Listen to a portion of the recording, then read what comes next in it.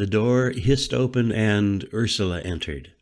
Walking fast, she went right over to the cabinet, reached in and very slightly adjusted one of the 7 hanging censers, then turned to walk out again. "Ursie," I said. She paused as if I'd jolted her, and looked right at me with those intense blue eyes of hers. "Yes, what do you want?" she said with an entirely dissociated voice. "You're not to talk to him," Nate spoke up. "Fuck you," she said right back. "I talk with anyone I want. But Jacques, please just relax and enjoy this. We're set to perform one of the most important experiments in the history of science. Trust me, and participate as Nocalito." "Ursie, come on, snap out of it," I shouted at her, standing up and taking 2 steps toward her before Nate was on his feet, pistol instantly in hand. Bernardo came walking fast into the room from down below. "Enough," he said tersely. "Jack, sit down. Think of your father. He'd have given anything to be present at this experiment. Ursie, go down and mastermind your computers. Nate, help me reposition the cabinet." Ursula fired one final hot glance at me, then turned and, without another word, hurried to the door. Bernardo and Nate rolled the big wooden cabinet around in front of us so we could all see the jade erection with its 7 dangling metal sensors. Then Bernardo sat again in his easy chair, keeping it in upright position. I was now back on the sofa besides Michael, with Mahi in the other upright easy chair. Wingster walked over to the outside door and made sure it was locked. He remained standing. "And so let the fun begin," Bernardo intoned, and reached over to flip a switch in the cabinet. Several tiny interior spotlights came alive, focused brightly on the jade. "It is my duty," Mahi said quietly to her brother, "to warn you that Abierta found that piece to be dangerous. She refused to open herself to its outflow." "Ah, Abierta played games," he retorted. "So did Alejandro. Speaking of which, I must thank you, Jack. I was wondering how to eliminate his presence. Father, please now, please me, begin the Nocalito induction." El Maestro slowly turned his head on the sofa and looked me squarely in the eyes. "Are you willing?" he asked. I looked to Mahi.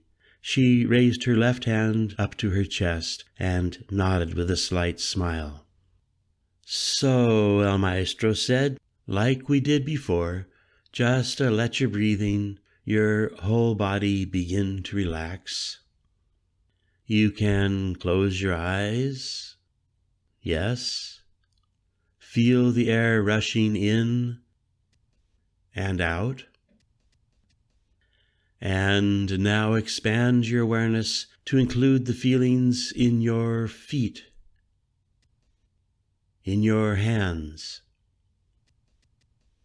We now call on the spirit of the ancients to awaken and fulfill the ancient intent."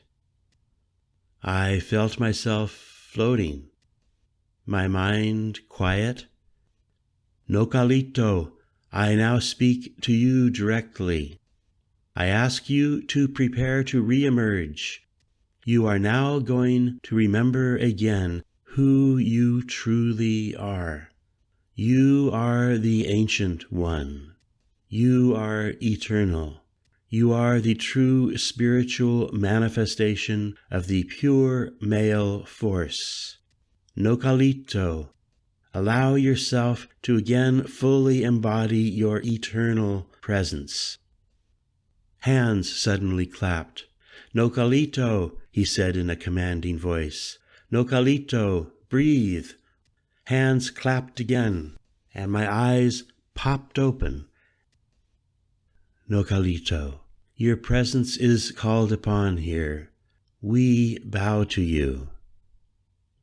I found myself staring intently at the brightly lit jade phallus in the cabinet. Then another male voice in the room was speaking. Mahi, focus your primal attention entirely upon the jade, and hold it there with zero intent, pure focus. Give me your word that you'll continue with this focus until we finish the ceremony. I give you my word, she said. Okay, I'm now communicating with Ursi through our inner system. She's turning on the sensors. I'll do my best to report what I experience as this unfolds.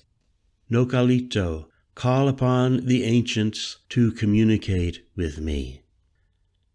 Yes, I now call upon them, I said in a deep voice I hardly recognized.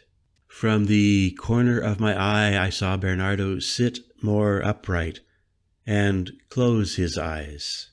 As the two of you focus intently on the jade, he said, I shall do so also. We now actively form the eternal triangle, and as of this moment in time, I am choosing to open my mind, open my whole being, in order to receive information and empowerment from this ancient sacred source. Ah, yes, I feel connected. Yes, here comes the flow. Send it directly into my brain. Do it now. Glancing away from the jade to where Bernardo is sitting, with his eyes still closed, his expression is beginning to shift from commanding and confident to a bit surprised, and perhaps now slightly upset or afraid. As I glance back at the jade piece in the cabinet, I see a slight flickering, some inner radiance somehow lighting up the piece from deep within its stony innards. Right at that moment, I heard a gasp from El Maestro, and glancing his way, I saw him staring at his son. Bernardo's expression was changing again. He seemed emotionally overwhelmed, engulfed in awe, and even perhaps ecstasy.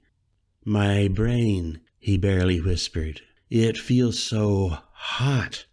I hear 1,000 ringing bells, and now there's a deep, loud voice chanting words I don't recognize. Oh, now I feel a blinding inflow of presence, of light. There's something alive. It's coming right at me, coming down so fast and pushing, flowing, boiling, hot, right into me. Ah! I looked over to where that other sound had come from and saw the man by the door slumped down, sitting with his back against the door and his hands over his ears, his body swaying slightly back and forth. I looked back to Bernardo and found his eyes now wide open, staring off into blank space. The next things happened very fast. Mahi shouted, "Ursi, turn it all off. Do you hear me?" But it was too late. The jade piece had suddenly become red hot, almost on fire, glowing like crazy in the cabinet. The 7 sensors began to curl and melt and drop away as the jade erection began to morph, turning soft and melting into a thick, steaming turquoise liquid, flowing down onto the bottom of the cabinet and then flowing on down into the thick wool rug, moving as if it was alive, a squirming snake. Then, just as it was slinking away, right before my eyes, it disappeared in a blinding flash and was gone. I looked up and found both Nate and Bernardo slumped down. Nate's body twitching as he fell to one side and landed inert on the floor. Bernardo's eyes were still gaping. He looked like a living horror show. Mahi was on her feet, hurrying over to him. The door hissed open, and Ursula came running into the room, grabbing Bernardo's head in her fingers, staring at him as his eyes stared into nothingness. "Oh my God," she whispered. "No," Michael said, still sitting where he was on the sofa. "This has nothing to do with God, or perhaps everything." I just sat there. It had all happened so fast. Ursula finally spoke. "They're both still alive," she said. "Yes," from Mahi, "but Abierta was right." I saw Bernardo's eyes finally blink several times. He gasped for air, and I heard Nate grunting on the floor. Bernardo sat suddenly upright, stared blankly at his sister, then his whole body shook violently. "Fuck," he grumbled hoarsely. "Fuck it all." Mahi stood upright, walked over to sit on the sofa between me and Michael. She stared for a long moment out over the blackness of the lake toward Caban. "Abierta," she whispered. Bernardo cleared his throat loudly. "Well then, that's that. So much for the goddamn ancients. At least my brain's still intact." He stood up and, without a word, walked on wobbly legs away from us and out of the room. Ursula quickly followed him. Nate was up on his feet again. "Don't assume anything. There are multiple explanations. Ursi's equipment could have simply misfired or shorted. That's what I felt. A sudden electrical surge. And possibly, yes, that ancient hunk could have carried a death curse. Ursi can analyze the data. It remains possible that Ursula might have pre-programmed the implants to fry our brains. And there are other possible causes as well." Outside the big window, there was abject blackness. I was feeling nothing right then except incomprehension and a piercing headache. "Nate," I said, "you're the one. You can right now take charge of all this before someone gets really hurt or killed. Are you clear-headed enough to act?" "Lucid," he responded. "Definitely no damage done. But look!" He was standing rigid, pointing at the floor in front of the cabinet. There was the jade phallus, not melted at all, and entirely not disappeared. It was lying abject on its side like a toppled Easter Island sculpture. "No," from Mahi.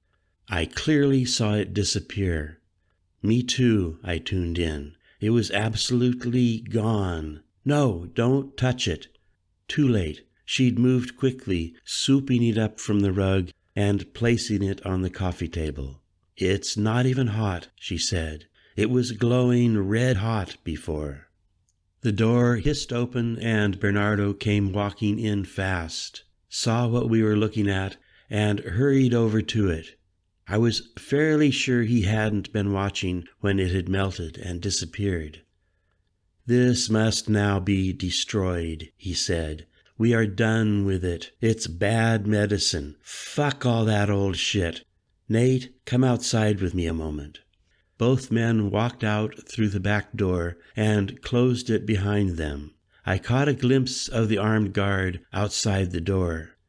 "Right now we must do something fast," I said to Mahi and Michael. But at that same moment, Ursula walked in through the sliding door from down below. "What the fuck?" I reacted, seeing the pistol in her hand. "Not you two." "Sit down," she ordered. "I will abide zero resistance. We are now moving forward with plans. You two," she said, indicating me and Mahi, are to go back to the hot springs immediately. We have no further use for you, and I will tolerate zero disruption of my schedule. The outside back door opened, and in walked Nate and Bernardo. You told them? He asked Ursi. Yes. And regarding the jade, Bernardo said, you take it with you, sis.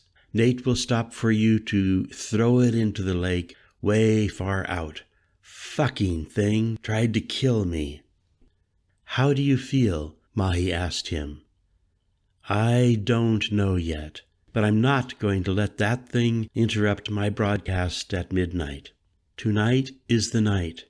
Ursi, take my dearly beloved father downstairs, lock him in his room. We have no time to waste. I say goodbye to you, sis, until after the local transformation. Then let's have a big party at the hot springs to celebrate the liberation of our lake from the ancient curse of the fear-based amygdala. Yes! Nate had his pistol in hand. Grab that thing, he told Mahi. Let's get down to the boat. No, I said. No, this has gone too far. I glanced to Mahi. I know, I said to her. You want to let spirit act, but this is where it's got us. They're going to have to shoot me. Otherwise, this is the end of this whole sick situation. Then so be it, Bernardo said with zero emotion. Step outside with Nate, and he'll perform your requested coup de grace. That's a simple solution. You're not man enough for my sister anyway. You should have escaped yesterday when you had the chance. Now out with you. No, Mahi muttered in a low, strong voice. We'll do what you say, brother. We'll go back over to the hot springs now, and we'll throw this into the lake on our way. I will not have Juan shot over this or anything, and I realize you'd actually do it. I can only hope your brain is beginning to feel the touch of the jade. Bullshit to all that, from Bernardo. Nate, get them in the boat. Kill them if they make any moves. Ursi, take Mike downstairs. When you're back, we'll start the preliminaries. I insist, Mahi said hotly at her brother, that El Maestro come with us. Absolutely not, he retorted. He's our insurance policy. If you make any move tonight from over there, rest assured your dearly beloved father is dead meat. But please, all of us, let's ease up and look on the bright side. Go relax in the hot springs. Await the eternal moment when your minds mutate. This is all going to end well. You'll see for yourselves. You'll experience it from the inside at the stroke of midnight. The sudden sense of relief, the long-awaited mental calm, the inner peace that comes as the blessed touch of our rising tech god penetrates deep into all of your pitiful souls.